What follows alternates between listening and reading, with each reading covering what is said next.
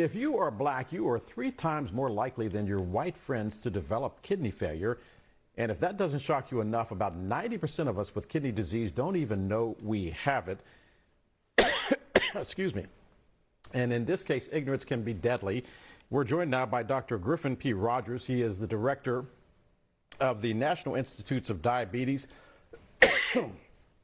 Dr. Rogers, I apologize, which is part of NIH. And Dr. Rogers, do we know if the elevated risk of kidney disease in black people is genetic? Is it environmental? Why is this happening? It's probably a little of both of those features. And again, thanks for having me on your show. We want to make people aware of chronic kidney disease, a very common condition affecting some 37 million adults, or 15% of the U.S. adult population. As you indicated, it's 3 times more likely in African Americans to have end-stage kidney disease.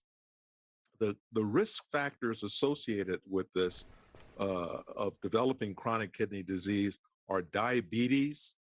In fact, 1 in 3 people with diabetes has chronic kidney disease. Hypertension is the second leading cause. 1 in 5 people with hypertension have chronic kidney disease. Of course, having a family history of kidney disease or having a history of heart disease also puts you at a greater risk. Given the fact that diabetes and hypertension are so prevalent among African Americans and Hispanics and Native Americans, of course, they're the groups that bear the burden of this disease, as you indicated. There is also sort of a very unique factor among African Americans that people may not be aware of. It turns out that in Old World Africa, there is a variant of a gene called ApoL1. It's very prevalent in Africa. And if you had either 1 or 2 copies of this variant, you decrease substantially your risk of developing African sleeping sickness. And that was to the good. Unfortunately, that variant or those variants have a deleterious effect on the kidney. And African Americans that live in the US have inherited this gene. And this is what contributes to the greater prevalence of chronic kidney disease and end-stage kidney disease within our population. So if we're now looking at genetics, what does that say about the old timers who used to say diabetes was the sugar? You had the sugar. They believed it was because we ate too much sweets. Is there still that correlation between what we eat and what our kidneys do or don't do? No, absolutely. In fact, that's really the first step, is knowing that you have kidney disease. And unfortunately, 90% of people are unaware that they have it. That's why it's so important, and we highlight this in the month of March, that if you have diabetes, or if you have hypertension, or if you have a family history, or you have heart disease, you should be talking to your healthcare provider to make sure that you've been tested for kidney disease. And if you have it, to begin therapies, because as it turns out, if you have diabetes, there's very good medications now that not only benefit and keep your blood sugar or your sugar under good control, but it can also slow the progression of kidney disease. And the same is true for hypertension. If you have hypertension as a basis of your kidney disease, controlling your blood pressure with certain medications can also slow the progression of kidney disease.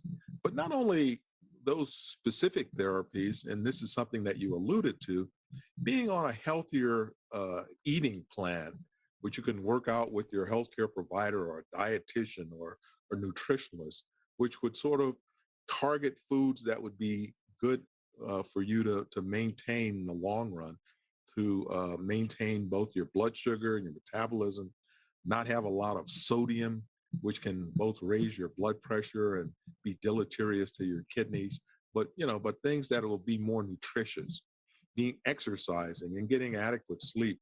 These are all things that not only improve your general health, but also improve your kidney health. Dr. Rogers, I've got about a minute left, but I want to get this in. There are concerns in the black community that the bar keeps moving when it comes to things like diabetes. You were diabetic 15 years ago, and then there was the diagnosis of pre-diabetic. And I heard a lot of people say it's because the pharmaceutical companies are trying to sell us drugs. How do we know whether or not we are really at risk versus whether or not it's just a threshold that allows you to be able to prescribe something? Well, I'm glad you asked that question because we were involved in a study called the Diabetes Prevention Program. It is true that currently about 37 million Americans have diabetes. There still is a small fraction of people that are unaware that they have diabetes.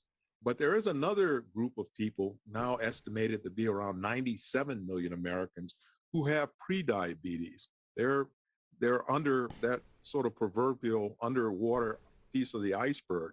And in them, we know that within 5 years, there's about a 50% chance that they will go on to develop diabetes. The good news, though, is that eating a sensible eating plan and exercising, as I mentioned, 5 days a week, 30 minutes a day, to reduce your weight by about 5%, 5 to 7%, can prevent you or delay you from going on from a state of prediabetes to diabetes. And of course, this is doesn't require a pharmaceutical or a drug that you take. This is a sensible eating plan as well as exercise. That's something that, is not, a matter of, that's something that we can take control of ourselves. Right. And I think the good news is something that you said, Dr. Rogers, and I want to thank you for being with us, which is that you're now studying our DNA dating back to Africa to find out the diseases that affect us. 20, 30 years ago, when you and I first arrived in Washington, that was not the case. Dr. Griffin P. Rogers is with the National Institute of Diabetes and Digestive and Kidney Disease. Thanks for being with us. You are watching the second hour of DC Today.